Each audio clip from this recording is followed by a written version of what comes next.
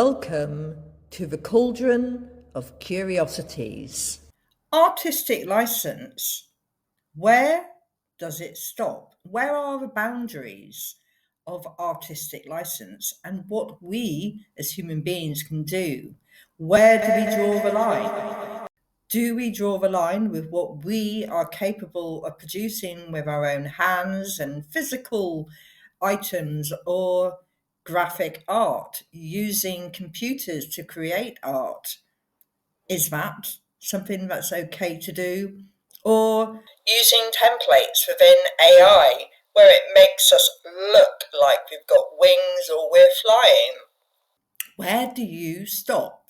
Where is the boundary between you picking up a paintbrush and having the paint sat next to you and physically creating that picture or drawing it with a pencil versus someone using Procreate on their iPad where they can create different effects using computer technology?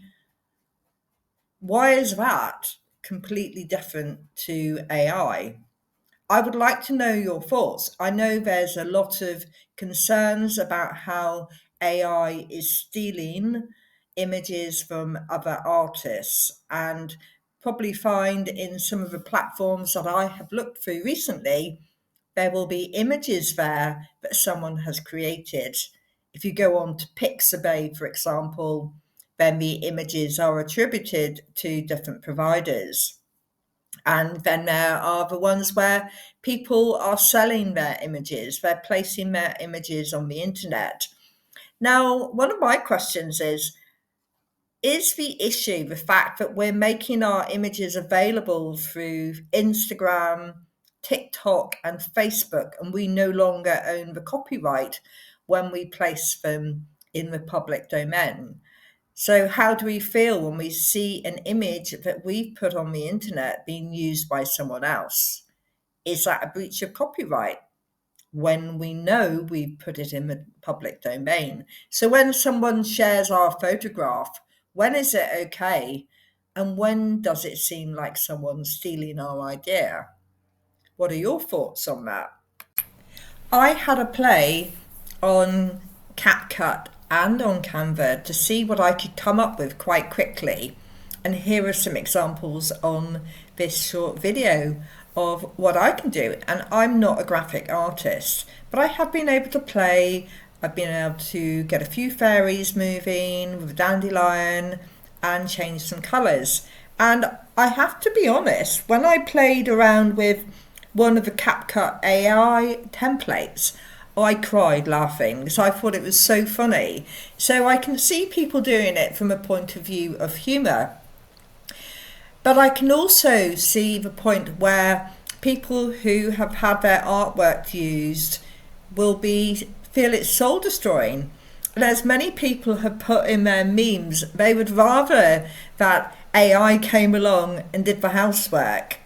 Why isn't there the perfect robot to do the hoovering and the dusting? We would quite like, as human beings, to do the creative work ourselves. So why is somebody coming along with a scheme that takes the creativity away from us? Why is that happening? And why are we being given the means to not have to think for ourselves? We're already in danger of allowing the government to take the responsibility of thinking away from us, which I think is criminal, don't you?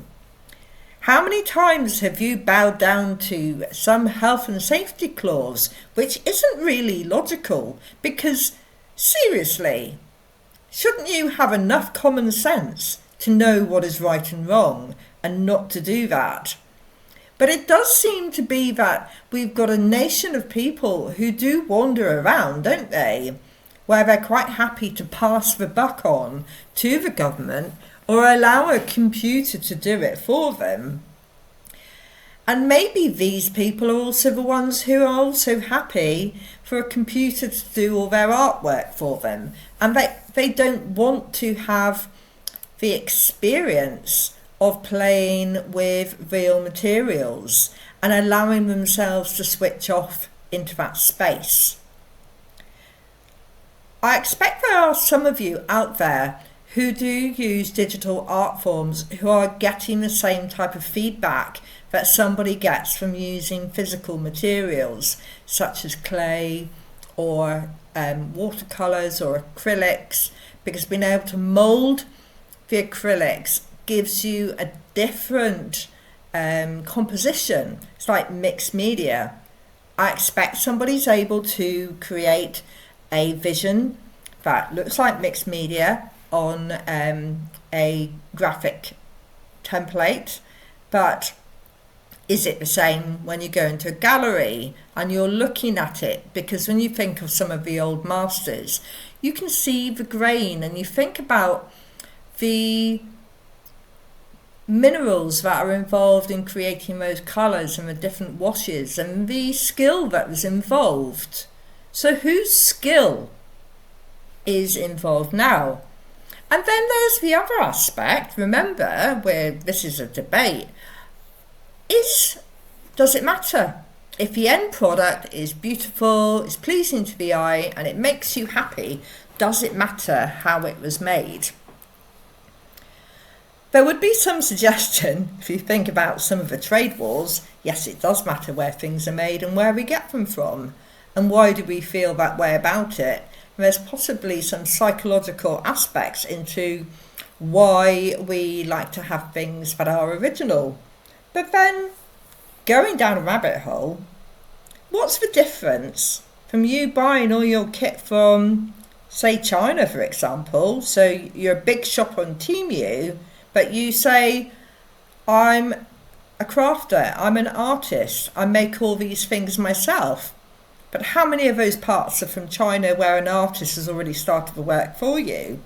And there's someone who's actually posted on TikTok recently who said about the handbags. So apparently it's within the EU regulations that the final transformation has to be done in the country that's on the label. So you could have something that's made, 80% of it's made in China, you ship it in, you add the zip in Italy, for example, this was the example he was using, and they can then charge £2,000 or €2,000 for that handbag that's made in Italy. And everyone thinks it's been made in Italy, and they aren't aware that it was made in China. They think they're getting a beautiful handmade handbag.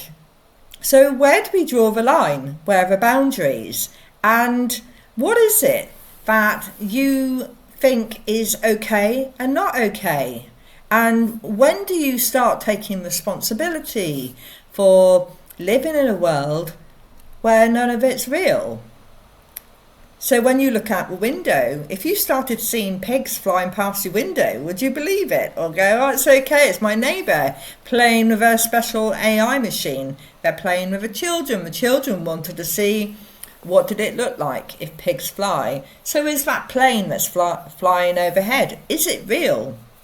And do we become so immersed in what's being offered to us through computers and AI that we lose the ability to know when we are in reality and when we're not? And do we actually have a good sense of that? What are your thoughts? I would love to hear from you. Contact me below in the comments or info@thedandelion.moon.co.uk. I look forward to hearing from you. And do join us on the next podcast. Remember, we do put out weekly content, and the show runs on a Thursday, but I do pop out a few bits in between, depending on any new material that I come up with. I look forward to hearing from you. Bye!